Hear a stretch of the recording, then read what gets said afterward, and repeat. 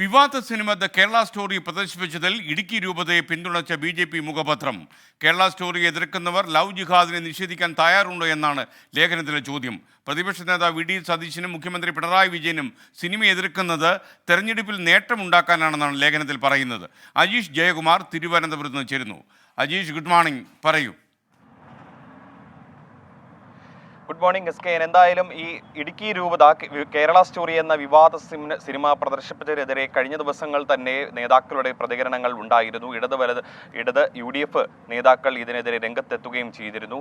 ഈ ഒരു പശ്ചാത്തലത്തിലാണ് ഇന്ന് ജന്മഭൂമി ഇതിനെതിരെ ഒരു ലേഖനം എഴുതിയിരിക്കുന്നത്. അതായത് ഈ ലേഖനത്തിൽ പ്രധാനമായും പറയുന്നത് ഇത്തരത്തിലുള്ള ഒരു സിനിമ പ്രദർശിപ്പിക്കാൻ കാണിച്ച ഇടുക്കി രൂപതയെ അഭിനന്ദിക്കുന്നു, ആ ഒരു തീരുമാനത്തിനെ പ്രശംസിക്കുന്നു. കൂടാതെ തന്നെ കേരള സ്റ്റോറിയെ എതിർക്കുന്നവർ ലവ് ജിഹാദിനെ നിഷേധിക്കാൻ തയ്യാറുണ്ടോ എന്നൊരു കാര്യവും ജന്മഭൂമി മുഖപത്രത്തിൽ ചോദിക്കുന്നു. 2010 മുതലടക്കമുള്ള കാര്യങ്ങൾ വിശദീകരിച്ചുകൊണ്ടാണ് ഈ മുഖപത്രത്തിൽ ലേഖനം എഴുതിയിരിക്കുന്നത്. അന്നത്തെ മുഖ്യമന്ത്രി VS അച്യുതാനന്ദന്റെ പ്രസ്താവനയും അതിനുശേഷം വന്ന ഉമ്മൻചാണ്ടി സർക്കാരിൻ്റെ കോടതിയിലെടുത്ത നിലപാടുകളും അത്തരത്തിലുള്ള കാര്യങ്ങൾ സൂചിപ്പിച്ചുകൊണ്ടാണ് ഈ ലേഖനം മുന്നോട്ട് പോകുന്നത്. കൂടാതെ തന്നെ VD സതീശനും മുഖ്യമന്ത്രി പിണറായി വിജയനും ഈ സിനിമയെ എതിർക്കുന്നതിന് കാരണം വർഗീയ പ്രീണന രാഷ്ട്രീയമാണ്.